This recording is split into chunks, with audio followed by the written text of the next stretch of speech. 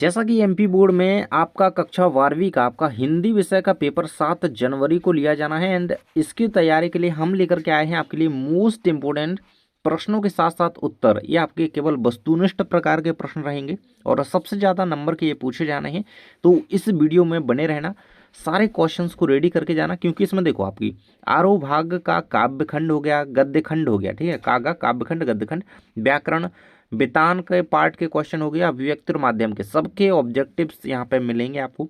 जो वीडियो पूरा देखना और तैयारी के लिए पूरा वीडियो देखते रहना, ठीक है। आगे की तैयारी के लिए बोर्ड एग्जाम के लिए आप चैनल को सब्सक्राइब करके जुड़ सकते हो, ठीक है, और बेल आइकन प्रेस कर लेना ताकि वीडियो आपको मिलते रहें। सो यहाँ से आपके ऑब्जेक्टिव्स स्टार्ट हो रहे हैं। सो चैनल को सब्सक्राइब करके वीडियो को लाइक कर दो। सबसे पहला क्वेश्चन है, हालावाद के प्रवर्तक कवि कौन है? जयशंकर प्रसाद, अज्ञेय, हरिवंश राय बच्चन, महादेवी वर्मा। करेक्ट आंसर आपका हो जाएगा हरिवंश राय बच्चन, ठीक है। बहुत ज़्यादा रिपीट हुआ क्वेश्चन है, ये आता है हर साल क्वेश्चन, इसको रेडी करके रखना। हरिवंश राय बच्चन जो है हालावाद के प्रवर्तक कवि माने जाते हैं, ठीक है। सेकंड क्वेश्चन है, दिन जल्दी जल्दी ढलता है कविता बच्चन के किस काव्य संग्रह से ली गई है? तो निशा निमंत्रण ये इनका काव्य संग्रह है, ठीक है, बाकी ये इनकी रचनाएं ही हैं। लेकिन काव्य संग्रह की बात करी जाए कहाँ से ली गई है, तो इस निशा निमंत्रण नामक काव्य संग्रह से ली गई है, दिन जल्दी जल्दी ढलता है, ठीक है। ऐसा एक क्वेश्चन 100% आएगा। नेक्स्ट है कि हरिवंश राय बच्चन का जन्म कब हुआ था? सो 1907 में इलाहाबाद में इनका जन्म हुआ था, बिल्कुल से याद रखना, जगह का नाम भी और ये सन भी, ठीक है, 1907। अगला है, हरिवंश राय बच्चन का जन्म कहाँ हुआ था? तो इलाहाबाद अभी हमने पढ़ लिया, ठीक है, ये इलाहाबाद इसका करेक्ट हो जाएगा आंसर। नेक्स्ट कह रहा है कि आत्म परिचय कविता में कवि किसका भार लिए फिरता है? तो कवि जो है जगजीवन का, ठीक है, आपने लाइनें पढ़ी हैं, जगजीवन का भार लिए फिरता हूँ, ठीक है। नेक्स्ट है कि आत्म परिचय कविता में कवि जीवन के लिए जीवन में क्या लिए फिरता है? तो जीवन में प्यार लिए फिरता है, ठीक है। इस प्रकार से पंक्तियां हैं, आपने अगर लाइनें पढ़ी हैं तो एक बारे में आपको याद आ ही जाएगा। नेक्स्ट है कि आत्म परिचय कविता में कवि बच्चन किसका पान किया करते हैं? तो कवि बच्चन स्नेह सुरा का पान किया करते हैं। आत्म परिचय कविता में कवि स्वयं को दुनिया का एक नया क्या मानता है? तो दीवाना मानता है, ठीक है। नेक्स्ट है, आत्म परिचय कविता में कवि कैसा संसार लिए फिरता है? तो सपनों का संसार लिए फिरता हूँ। अगला कहता है कि हो ना जाए पथ में रात कहीं में जल्दी जल्दी कौन चलता है? तो पंथी जल्दी जल्दी चलता है। किसका ध्यान करके चिड़िया के परों में चंचलता आ जाती है? तो अपने बच्चों का ध्यान करके चिड़िया और तेज परों यानी कि पंखों में चंचलता आ जाती है और तेज दौड़ उड़ने लगती है। अगला है कि कैमरे के सामने किसको लाया जाता है? तो अपाहिज को लाया जाता है, ठीक है, तो ये याद रखना, बहुत इंपॉर्टेंट चीज़ है। अगला है, किसकी चूड़ी मर गई या टूट गई? तो बात की चूड़ी मर गई थी, ठीक है, ये आंसर याद रखना। नेक्स्ट है कि गुनाहों का देवता उपन्यास के लेखक हैं? तो धर्मवीर भारती गुनाहों का देवता इनका उपन्यास है, बहुत इंपॉर्टेंट है, सही जोड़ी में भी बन जाता है कई बारी, ठीक है, तो याद रखना। अगला दिया गया है कि अंगार उगलने का अर्थ होता है? तो अंगार उगलने का अर्थ होता है आग लगाना, भयंकर गर्मी, गाली देना, कठोर वचन कहना। तो अंगार उगलना मतलब कठोर वचन कहना, कठोर शब्द कहना। अगला है, कविता के बहाने कविता में कवि किन के साथ समानता या असमानता दिखाई गई है? तो बच्चे, फूल और चिड़िया के साथ समानता असमानताओं का एक तरीके से क्या है, कंपैरिजन वगैरह किया गया है, ठीक है। नेक्स्ट है कि रघुवीर साय की कविता कैमरे में बंद अपाहिज उनके किस काव्य संग्रह से ली गई है? तो लोग भूल गए हैं, इससे ली गई है। बाकी इस टाइप का एक क्वेश्चन आएगा है कि किस काव्य संग्रह से क्वेश्चन, ठीक है, ऐसा बनता है। अगला है, कैमरे के सामने लाया जाता है? तो अपाहिज को लाया जाता है। पर्दे पर कीमत होती है? तो वक्त की कीमत होती है, ठीक है, वक्त की। और यहाँ पर ऑप्शन के अकॉर्डिंग यहाँ पर कोई नहीं सही होगा, तो कोई नहीं आंसर हो गया, बल्कि अगर आए कि पर्दे पर किसकी कीमत होती है, वक्त यानी कि समय, टाइम की कीमत होती है। नेक्स्ट है कि कैमरे में बंद अपाहिज कविता है? तो रघुवीर सहाय की कविता है, ठीक है, कैमरे में बंद अपाहिज। बच्चों की याद आने पर चिड़िया क्या करती है? तो चिड़िया तेजी से उड़ने लगती है। कवि आलोक धनवा किस दशक के कवि हैं? तो कवि आलोक धनवा जो हैं 7वें 8वें दशक के कवि हैं, आंसर आपको याद रखना है, ठीक है। नेक्स्ट है, कवि आलोक धनवा की पहली कविता कौन सी है? तो जनता का आदमी इनकी पहली कविता मानी जाती है, ये आंसर याद रखना। नेक्स्ट है, कवि आलोक धनवा का एकमात्र कविता संग्रह कौन सा है? तो दुनिया रोज बनती है, ठीक है, ये आंसर याद रखना, बहुत इंपॉर्टेंट है, इनका कविता संग्रह है, काव्य संग्रह। अगला है कि पाठ्यक्रम में आई परिस्थितियों के आधार पर छत से गिरने और बचने के बाद बच्चे कैसे हो जाते हैं? तो निडर, यानी कि जब बच जाओ आप कहीं से तो आपको वहां का डर खत्म ही हो जाता है। अगला है, पतंग कविता किसके लिए प्रसिद्ध है? तो बिंब विधान के लिए प्रसिद्ध पतंग कविता, ठीक है। अगला क्वेश्चन आ जाता है कि पतंग उड़ाते बच्चे किसके सहारे स्वयं भी उड़ते हैं? तो साहस के सहारे बच्चे स्वयं भी उड़ते हैं, तो ये आंसर याद रखना। अगले क्वेश्चन में आ जाते हैं आपके कुछ रिक्त स्थान। मैं खालिस्तान मौजों पर मस्त चला करता हूँ, तो मैं भव मौजों पर मधुर वचन कही कही परितोषी में खालिस्तान अलंकार है। पुनरुक्ति प्रकाश है। दुनिया की चादर रंगीन और हल्की खालिस्तान है तो पतंग है। पतंग की पतली कमानी खालिस्तान की है, वे नहीं होती है तो बांस की बनी होती है। सूरज का सातवां घोड़ा किसका उपन्यास है, इसका आंसर आप लोग बताएंगे। ठीक है, आंसर अगला है कि काले मेघा पानी दे खालिस्तान विधा है, संस्मरण है। चौपाई छंद में खालिस्तान चरण होते हैं तो 4 चरण होते हैं। ठीक है, आंसर याद रखना, 4 चरण होते हैं और 16-16 मात्राएं होती हैं, है ना। नेक्स्ट आ जाता है कि तीसरे तार सप्तक के कवि कौन कौन से, क्रम से अगर देखें तो कुंवर नारायण, कीर्ति चौधरी, सर्वेश्वर दयाल। ठीक है, मेन ये आंसर लिखना। ठीक है, नेक्स्ट है आपका कविता के पंखों का उड़ना खालिस्तान क्या जाने तो बच्चे क्या जाने। बिना मुरझाए महकने का माने फूल क्या जाने, कविता एक खालिस्तान है तो उड़ान है कविता। आकारों के आसपास खालिस्तान है तो कहानी संग्रह है एक। कुंवर नारायण का जन्म कब हुआ था, 1927 में यूपी में 19 सितंबर के दिन। कुंवर नारायण को कौन सा पुरस्कार से सम्मानित किया गया तो ज्ञानपीठ पुरस्कार से। कविता एक खिलना है फूलों के बहाने। आपको खालिस्तान होकर कैसा लगा तो आपको अपाहिज होकर कैसा लगा। पर्दे पर दिखाई गई जाएगी आप अपाहिज की खालिस्तान बड़ी तस्वीर तो रोते हुए चेहरे की बड़ी तस्वीर। सोचिए बताइए आपको खालिस्तान होकर कैसा लगता है तो अपाहिज होकर के। तीसरे तार सप्तक के कवि कौन है, कुंवर नारायण।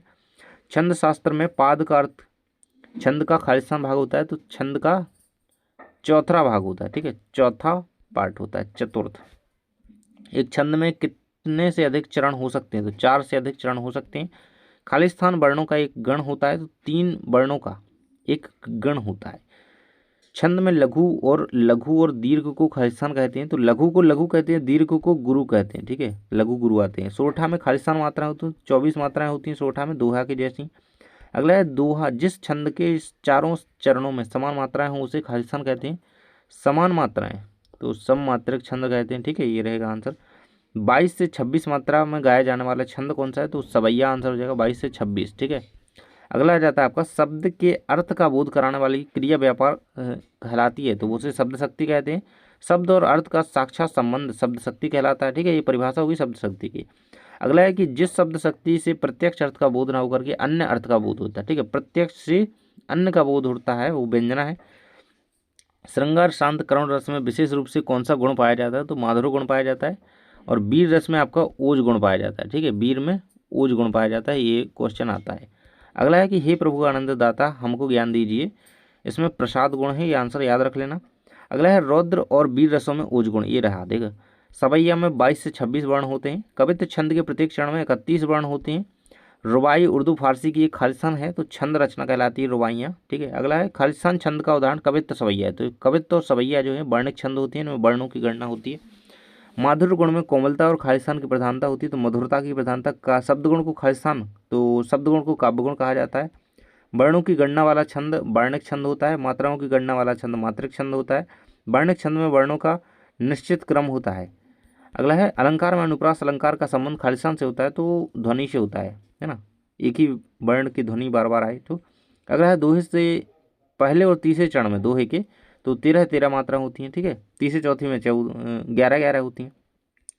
दोहा सोठे छंद का उल्टा होता है। ठीक है, 24-24 दोनों में मात्राएं होती हैं। ठीक है, लेकिन पहले तीसरे और चौथे और दूसरे इस चरण की बात है पूरी तो। ठीक है, ओज गुण विशेष रूप से खालिस्तान रस में पाया जाता है तो वीर रस में पाया जाता है। ठीक है, कुछ एक शब्द या वाक्य में उत्तर वाले क्वेश्चन है। बच्चे किसकी प्रत्याशा में होंगे तो बच्चे माता पिता के भोजन लाने की आशा में या प्रत्याशा में होंगे। ठीक है, कभी किसका गान करता है तो कभी मन का गान करता है ना। भाव सागर में कौन सा अलंकार है तो भाव सागर में रूपक अलंकार है।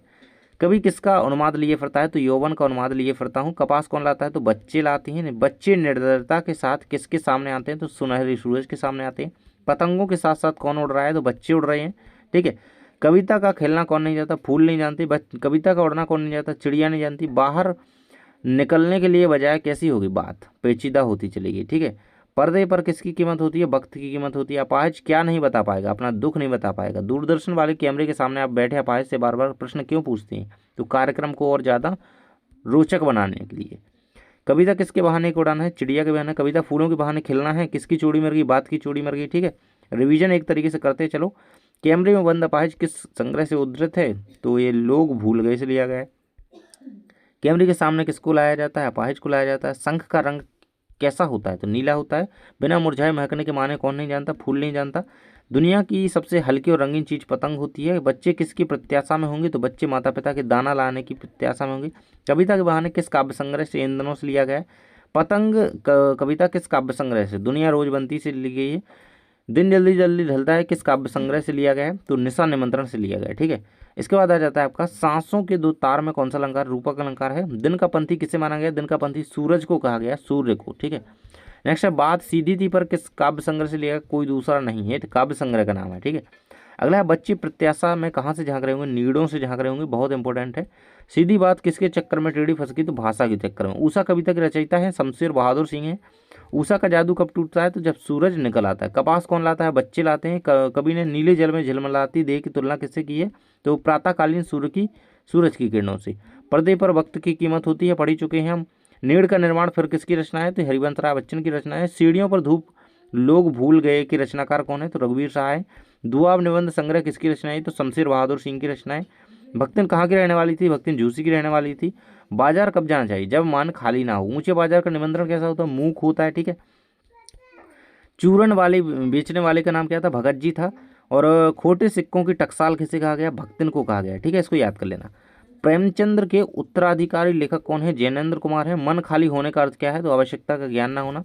सेवक धर्म में भक्तिन किससे स्पर्धा करती है? तो हनुमान जी से करती है। और किशोरों की टोली का नाम क्या है? तो मेढक मंडली है। ठीक है, भक्तिन का वास्तविक नाम लक्ष्मण है। परचेजिंग पावर का अर्थ होता है क्रय शक्ति। ऋषि मुनियों से ऊंचा स्थान दान को दिया गया है। ठीक है, ऋषि मुनियों ने सबसे ऊंचा स्थान किससे दिया है? तो दान को दिया है। ठीक है, शेर के बच्चे का असल नाम क्या था? चांद सिंह, बहुत इंपॉर्टेंट है। और चुंबक का जादू किस पर काम करता है? तो लोहे पर ही काम करेगा। अगला है अतीत के चलचित्र किसकी रचना है? महादेव वर्मा की रचना है। गुनाहों का दीप्ता अंधा योग नदी प्यासी थी किसकी रचना है? धर्मवीर भारती की।